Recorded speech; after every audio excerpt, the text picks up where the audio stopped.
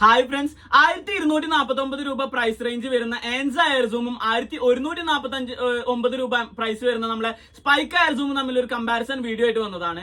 ആദ്യം തന്നെ നമുക്ക് ഈ ഒരു ബൂട്ടിൽ ഏതാണ് ലൈറ്റ് വെയിറ്റ് നോക്കാം. സ്പൈക്ക് വന്നിട്ട് 410 ഗ്രാമും ആൻസ വന്നിട്ട് 380 ഗ്രാമുമാണ്. അപ്പൊ ആൻസയാണ് ലൈറ്റ് വെയിറ്റ്. ഇനി നിങ്ങൾ ഈ ഒരു ബൂട്ടിന്റെ എൻറ്റയർ ലുക്ക് നോക്കുക. ഒരുപാട് ഡിഫറൻസ് ഒന്നും നിങ്ങൾക്ക് കാണാൻ സാധിക്കില്ല. മെറ്റീരിയൽ രണ്ടും ഡിഫറന്റ് ആണ്. അതുപോലെ ബ്രാൻഡിങ്ങിലും ഈ ഒരു ബേസ് ഭാഗത്തും ചെറിയൊരു വ്യത്യാസം വന്നിട്ടുണ്ട്. ഇനി നമുക്ക് സംസാരിക്കാനുള്ളത് ഇതിന്റെ കംഫർട്ടിനെ പറ്റിയിട്ടാണ്. നമ്മുടെ ഷോപ്പിൽ രണ്ടുപേര് വന്ന് ട്രൈ ഔട്ട് ചെയ്തിട്ട് ചെറിയൊരു ടൈറ്റ്നസ് ഫീൽ ചെയ്തു നമ്മളെ സ്പൈക്ക് ട്രൈ ഔട്ട് ചെയ്തപ്പോൾ.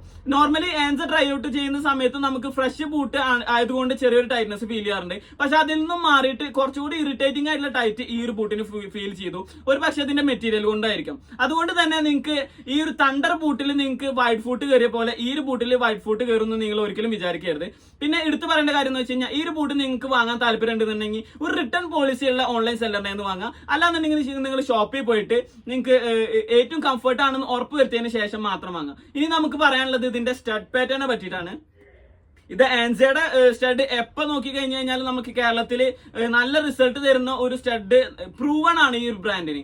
പിന്നെ ഈ ഒരു സ്റ്റഡ് നിങ്ങൾ കാണുക, ഇത് ഡുവൽ സ്റ്റഡ്സ് ആണ്. കേരളത്തിൽ വന്നിട്ട് ഡുവൽ സ്റ്റഡ്സ് ഒരുപാട് റിസൾട്ട് തരാറില്ല. അപ്പൊ ഈ ഒരു ഓപ്ഷൻ കൂടി മാറ്റിയായിരുന്നെങ്കിൽ നല്ലൊരു ബെറ്റർ ഓപ്ഷൻ ആയിരുന്നു.